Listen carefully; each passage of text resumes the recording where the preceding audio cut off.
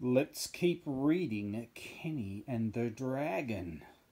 We are up to chapter 11, Rolling Out a Purple Carpet. The first part of the boys' plan was keeping the spectators off the hill, and it wasn't going to be easy. As Kenny and his father approached the anxious gathering, they realised the group was looking to stake out prime seats for tomorrow's battle. There were so many townsfolk present, they seemed like they were everywhere, illuminating the entire hillside with their lanterns and torches. Kenny stopped just short of the crowd. I don't know if this is going to work. His father knelt down, put his hand on the boy's shoulder, and looked his son in the eyes.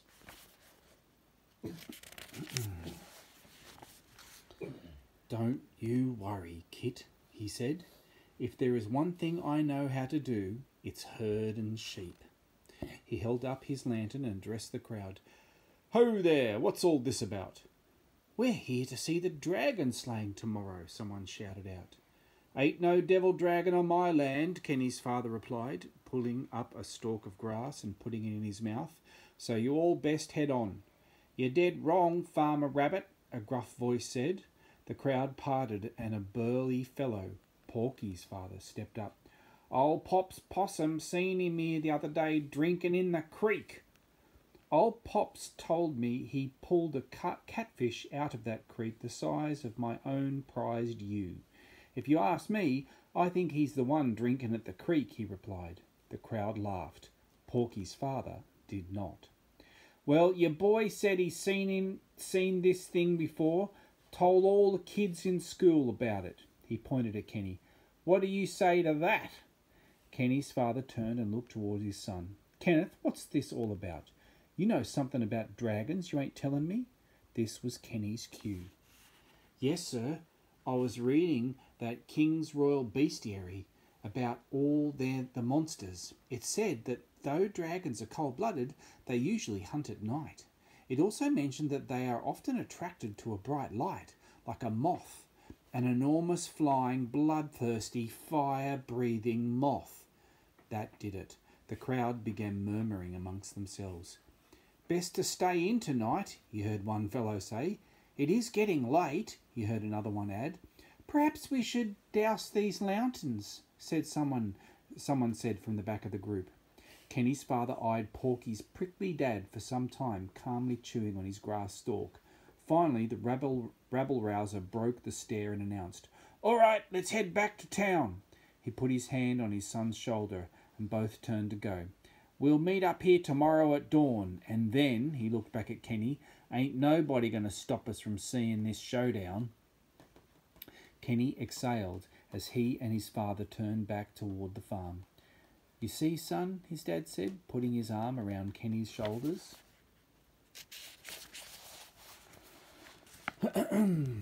There is always a pecking order. You find out who the leader is, spook him into going where you want him to, and the rest of the flock will follow.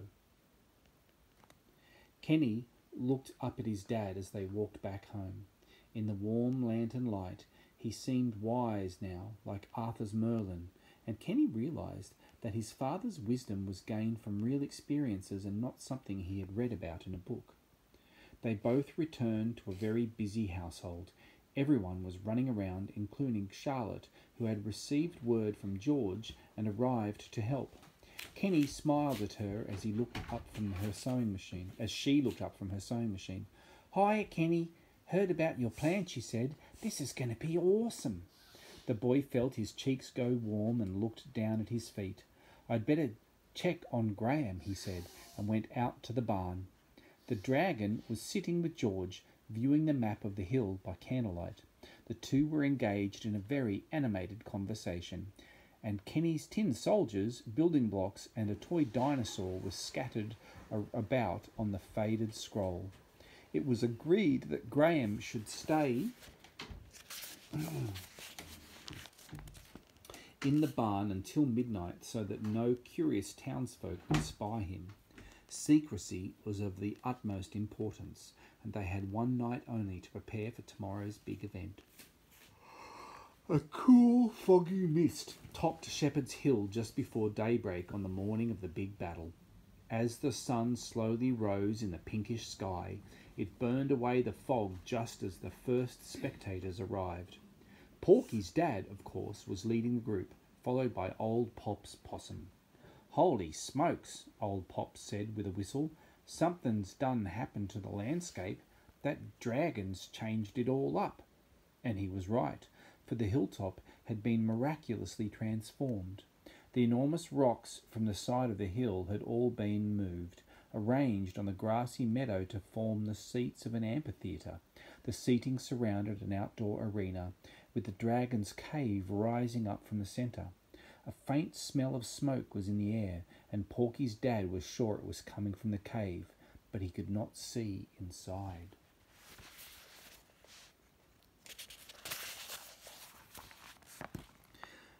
For you see, now there were large, richly woven, tattered tapestries covering the entrance to Graham's lair. The enormous oaks and willow trees that flanked the sides were covered in a variety of lanterns and lights, which hung from nearly every bough and branch. The dragon's old upright piano, freshly painted in golden black lacquer, was nestled underneath a willow covered in half-melted candles.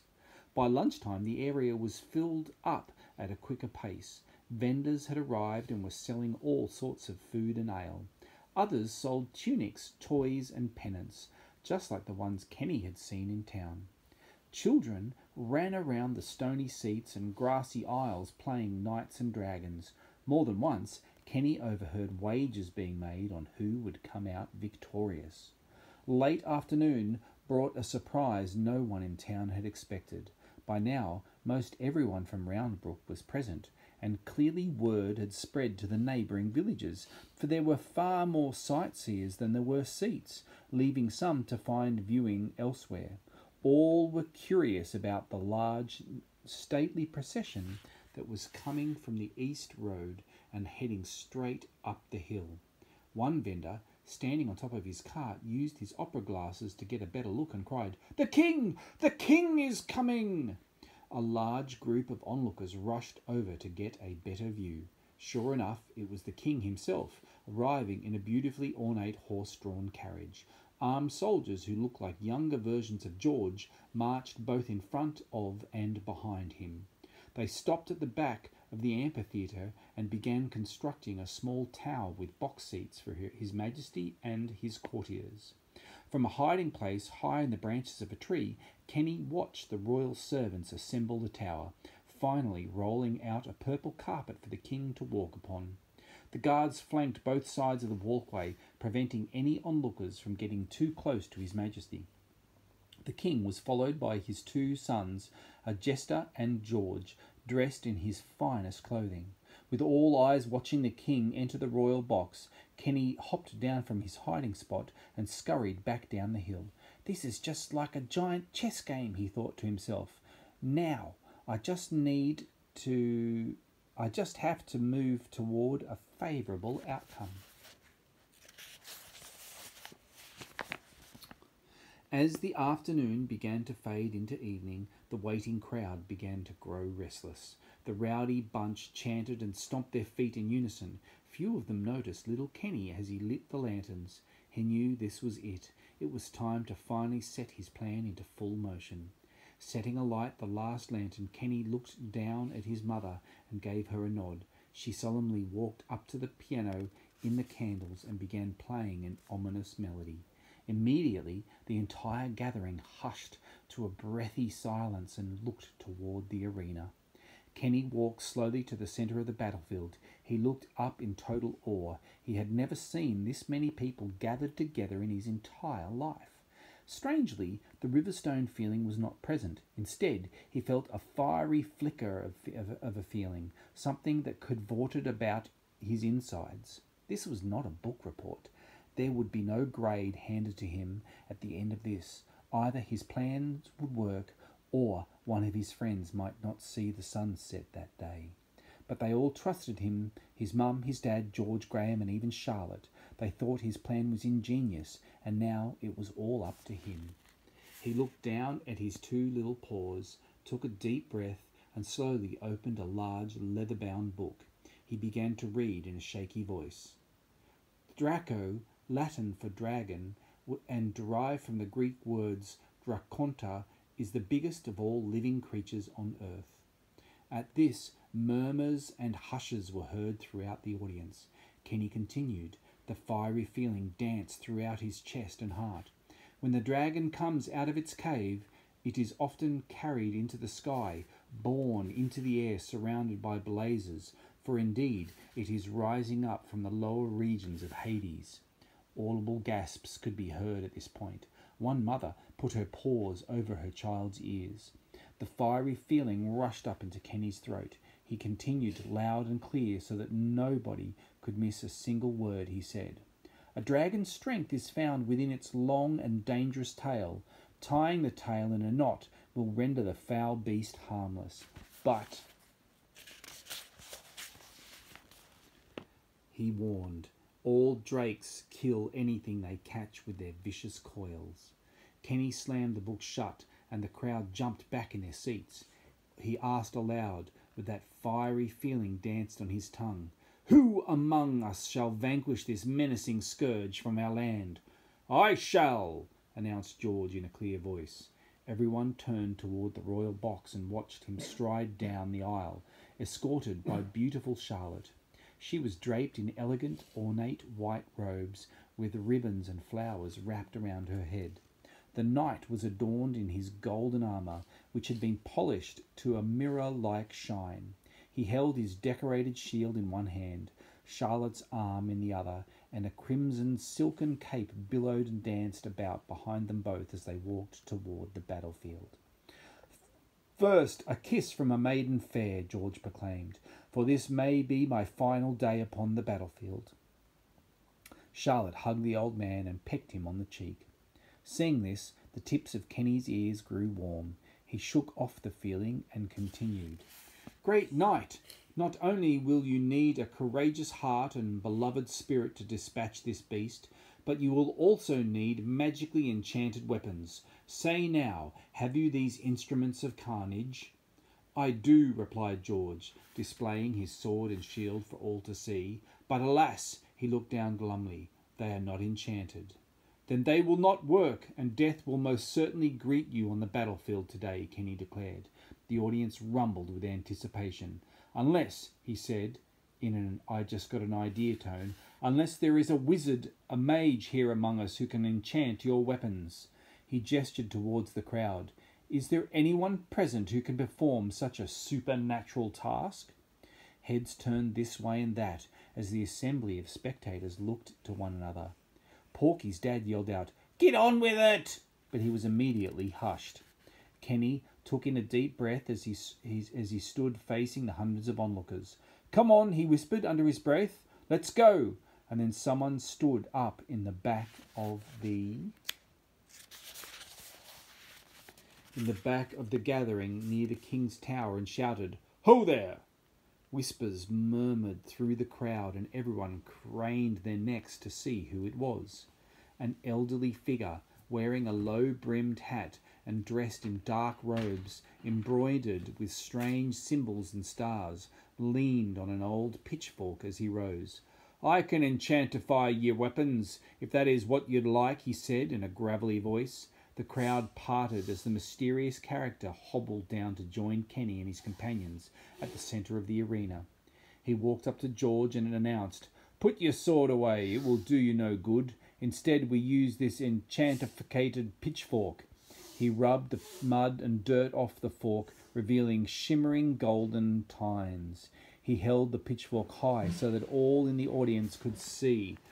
"Pin the dragon's tail to the ground," he continued, "so that you may tie it in a knot and defeat the beast."